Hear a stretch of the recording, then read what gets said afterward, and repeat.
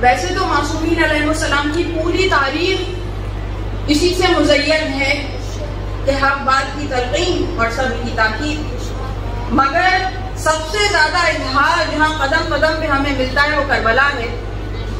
کربلا ہے، حق کی تلقین ہو رہی ہے، صبر کی تاکید، حق کی تلقین، صبر کی تاکید۔ اور کون ہے کہ جو حسینی ہیں، جنہوں نے اس مکتب سے سیکھا اور آج بھی اگر یہ کام کوئی کر رہا ہے تو فقط ایک گروہ ہے کہ جو آپس میں حق بات کی تلقین کرتا ہے۔ یہی تو مسلسل ممبر سے جاری ہے، حق کی تلقین اور صبر کی تاکید۔ یہ صبری کی تو تاکید کی میں نے آپ کو کہ جب اتنی اکثریت کو دیکھیں کہ وہ بھٹکے ہوئے ہیں تو ثابت قدم رہیں۔ یہ اثبات قدم در اصل صبر ہے،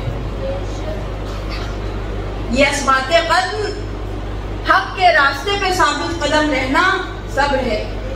تو فقط ایک گروہ ہے کہ جو صاحب ایمان ہے، جو عمل صالح کرنے والا ہے اور جو حق بات کی تلقین کرتا ہے اور صبر کی تاکید کرتا ہے، اس کی کامیابی کی ضمانت قرآن دے رہا ہے۔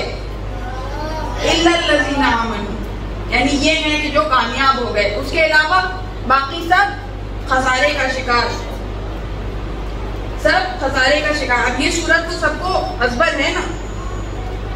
اب اگر کوئی بھی آپ سے کہیں بھی بحث کرے، فقط یہ سورہ اٹھا لیجئے، اس پیرائے میں جیسے میں نے آپ کے سامنے بیان کیا اس طرح بیان کریں، ان سے کہیے، اپنی تاریخ میں بتلاؤ کہ کہاں حق بات کی تلقین کی گئی، کہاں صبر کی تاکید کی گئی، اور دکھلاؤ کہ تم اقلیت ہو۔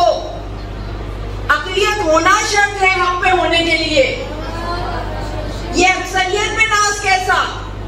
اقلیت ہوگے تو قرآن گواہی دے گا کہ حق بات کی تلقین صبر کی تاکید کرنے والے ہو، تو اکثریت کو دیکھ کے پریشان نہ ہوا کریں، اقلیت ہونے پہ ناز کیا کریں۔ وہ اقلیت جو حق کو پہچاننے والی ہے، وہ اقلیت جو حق کو جاننے والی ہے۔